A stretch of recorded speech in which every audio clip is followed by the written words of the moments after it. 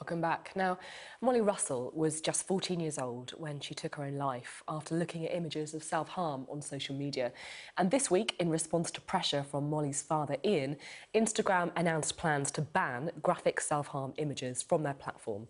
However, my next guest says that more needs to be done to protect young people online. We can introduce you now to the Shadow Health Secretary, Jonathan Ashworth. And thank you very much for being with us. You've been investigating, haven't you, a whole host of things about social media and the internet. What have you found? Well, can I just say, first of all, I'm a father of two girls, a 7-year-old and a 5-year-old. I love them more than anything in the world.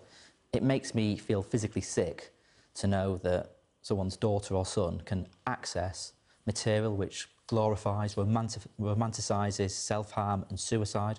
And it's still on Instagram, by the way, despite what their efforts to take it down. That glorifies and romanticises anorexia and other eating disorders. But there's other public health problems on there as well. I mean, I've been doing just a few hours research this week. You know, I found anti-vaccination messages being pumped out, directed at parents. This is at a time where we've got measles outbreaks increasing and whooping cough outbreaks increasing and vaccination rates falling. And it's really easy to get access to prescription drugs and illegal drugs. I found somebody who's prepared to sell me Xanax on social media, and this is a time when we've had around something like 200 deaths from Xanax abuse since 2015. Or sleeping pills with can easily slimming pills and sleeping pills can easily be sold on social media. These things are illegal, so how are they able to be advertised? Well, this is happening now on social media, and it's fueling a public health emergency. And what we're saying in the Labour Party, Tom Watson said this earlier this week, is that we now need a tougher regulatory regime governing these social media companies. We need a duty of care which is enforced, because these platforms shouldn't be allowing these sorts of messages to be pumped out there, these images to be pumped out there, to be easily accessible when it's causing so much harm. Is there anything in particular that, you know, you've been saying that you've been looking into this yourself, you mentioned the fact you're a father. Is there anything in particular that you looked at and saw and thought, this is why it needs to change? What stood out for you? I mean, I don't want to encourage people to go and look at this stuff, but I mean, it's so easy to find absolutely horrifying images of self-harm and suicide, horrifying images or horrifying Facebook groups of women, just tend to be young women, but not exclusively, young women saying, I will fast for an hour if you give me another like, because they're part of an anorexia Facebook group. Or absolutely foul anti-vaccination messages being pumped out, telling parents not to vaccinate their children. This is a time when people are dying from measles across Europe at levels we've not seen for years because some of these anti-vaccination messages. I mean, I should emphasise, it's not just about social media. It also comes at a time when mental health services have been cut back, a quarter of children are turned away from CAMS, and a lot of the public health workforce is being cut back. So we've got to look at the broader picture as to why some of these... But social media has certainly changed the climate that we're operating in. Absolutely. Social media has changed the climate. And my point is, it's not just about mental health. That gets a lot of focus in the media at the moment for quite understandable reasons. It's about access to prescription drugs and illegal drugs. It's about anti-vaccination messages, and it's about a kind of lack of oversight of things being sold on social media, which you wouldn't be able to walk into a chemist and buy. So why can you buy it on social media? What's the solution? Because pointing out these horrific things is in some ways the easy bit, saying that these are things that shouldn't be happening. But what can you actually do, and what are you suggesting tangibly? I mean, you're saying that social media companies should be publishers, they should be responsible for the content on their platforms. Are you saying that people shouldn't be able to be anonymous on the internet? What is it? Well, social media companies should be held to account. There should be a clear duty of care legally enforced upon them. But what does that mean? Well, it means, for example, that if they are allowing these images and these groups to persist on social media, then they will be found in breach of a duty of care. Because I still don't know what that means. For example, Tom Watson has said, for example, that if they're not prepared to deal with these messages which are causing harm, they should be fined. They should be fined 4% of their and how do you determine whether or not they are failing the duty of care?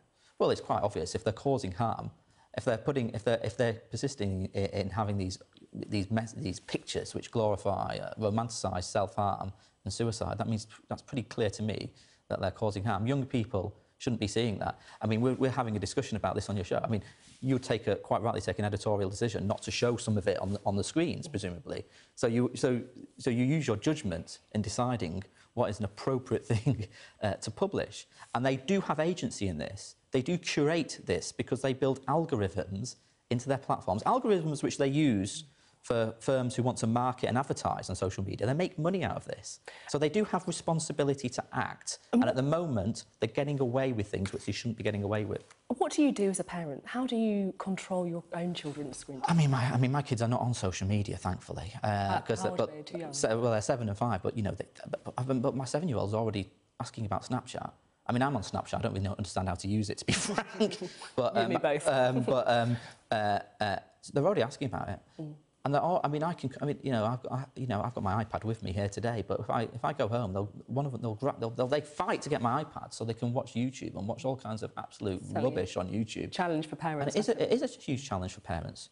I'm keen to ask you about Brexit as well, of course, because Labour's position has changed this week. Jeremy Corbyn setting out his demands for Theresa May on what he would see to be an acceptable Brexit deal. What I really want is for you to be absolutely crystal clear. If Theresa May meets the demands that were set out in Jeremy Corbyn's letter for a permanent customs union and so on, does that mean that Labour will back the deal? Well, then it will be our deal, because we believe that... So would you back the deal? Because it wasn't really clear in that letter. Theresa May can meet the demands that Jeremy Corbyn has set out, then Theresa May is essentially backing our So deal. will you vote for the deal? If that is what is on the table, then we would, because that is the logic of our position. Okay. But we believe that position will command support in Parliament. We believe it can bring a very divided country together, and we think the European Union would be prepared to renegotiate on that basis. One of the things that was slightly conspicuously missing from that letter was any mention of free movement of people. So what is Labour's position on that? Well, we said in the general election, our manifesto, that by leaving the European Union, free movement ends. That's still the position? That is the position. But we also recognise that we need to manage the economy in such a way that we shouldn't be restricting access to international labour. So in the National Health Service, for example, where we have over 100,000 staff coming to work here who are EU nationals, and we would need to continue to recruit from the EU for the future, we're not going to block that. We're not going to end that. We want people to come into work here. Some in Parliament are saying that one way of getting a Brexit deal through would be a kind of Norway Plus situation where you would accept the free movement of workers. What's Labour's view on that? Well, I think it's a very interesting proposal. And is that something you could stomach? Well, we could certainly explore that. But what we want is an immigration regime which is in the interests of the economy. So we know, for example, that public services, not just the NHS, but social care and other public services rely on EU workers coming to work and contribute to this country. There are other areas of the economy which are very reliant on EU workers as well. And of course, there are UK nationals who go and work within the European Union. It's a two-way street, this is. So we want a sensible immigration policy which takes that into account. It seems to me that this is the week that Jeremy Corbyn picked a side, because he set out in this letter his view of what he wants to see from a Brexit deal. Didn't mention a second referendum in it. Do you think a second referendum is going to happen? Personally, and I've said this on the record, I think it's looking unlikely, but our position as a party is still that if Parliament cannot agree anything, and if it's pretty obvious that a general election is not going to happen, which that's not necessarily obvious at the moment. Speculation in the newspapers again today that there could be a general election. But if a general election isn't going to happen and Parliament is deadlocked, then our position is to leave everything on the table, including campaigning for a public vote. But if you look at Jeremy Corbyn's letter, our first priority is a deal. The aim is securing a sensible agreement. I mean, it doesn't sound like a man who's campaigning for a second referendum. But it's not going to happen, is it? Our first priority has always been a deal. I mean, the general election in 2017, the manifesto we put forward said we respect the result of the Brexit referendum. I mean, that's always been our position. That's our manifesto position. Subsequent to that, our conference has said, well, if you cannot get a deal, if you cannot get a general election, then you have to look at campaigning for a public vote. Now, while I've got you, I did want to ask you about something that Tony Blair said in my interview earlier on anti-Semitism. Yeah. He said that the leadership hasn't been robust enough on tackling anti-Semitism. Is he right? I think what we've seen on anti-Semitism in the party absolutely breaks my heart. I'm such a big fan of Luciana Berger. She's probably Parliament's most persuasive campaigner on mental health issues, for example. I work very closely with her. She stood up against anti-Semitism all her political life, she's got my full support. It's clear we need to go further and faster on dealing with anti-Semitism in the Labour Party. One anti-Semite in the Labour Party is one too many. I mean, John McDonnell So it's not impossible to eradicate it then?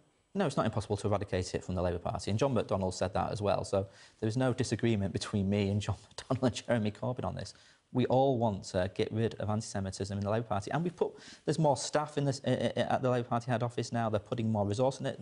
The General Secretary, Jenny Formby, has made this her priority issue, the issue on which she'll be judged by. So we're making progress. But Has the party been robust enough? I think we do need to go faster and further on this and kick it out. I don't want to be in a party with any anti-Semite. OK, Jonathan Ashworth, thank you very much.